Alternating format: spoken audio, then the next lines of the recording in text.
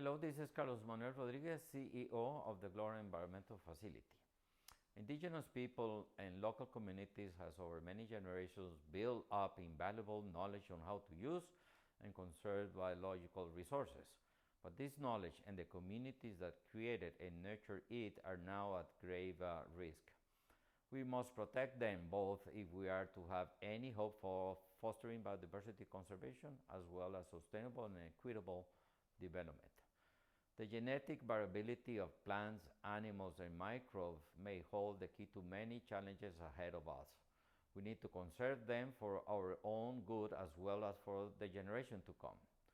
Today we mark and celebrate the 10th anniversary of the Nagoya Protocol on Access and Benefit Sharing.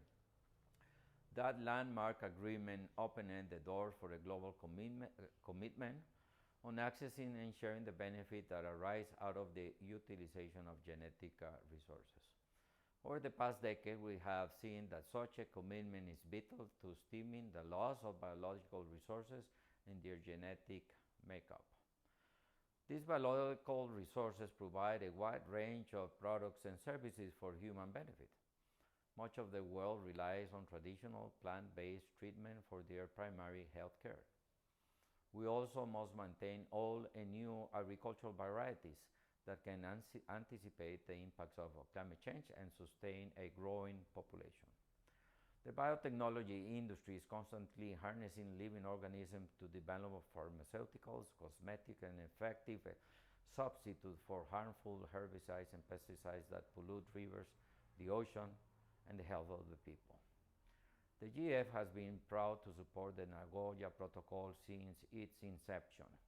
The GEF provided financial resources for the ratification and implementation of the protocol and helped build projects on existing partnerships and joint venture of governments, the private sector, the national and international academic, and research institutions. These groups are engaging indigenous people and local communities as well as private owners and national or regional parks in the search for genetic resources of interest to agriculture, manufacturing, and other sectors. The GEF will continue to support national and regional implementation of the Nagoya Protocol. We are working to identify gaps in access and benefit sharing provisions in existing policies, laws, regulations, and developing institutional capacities.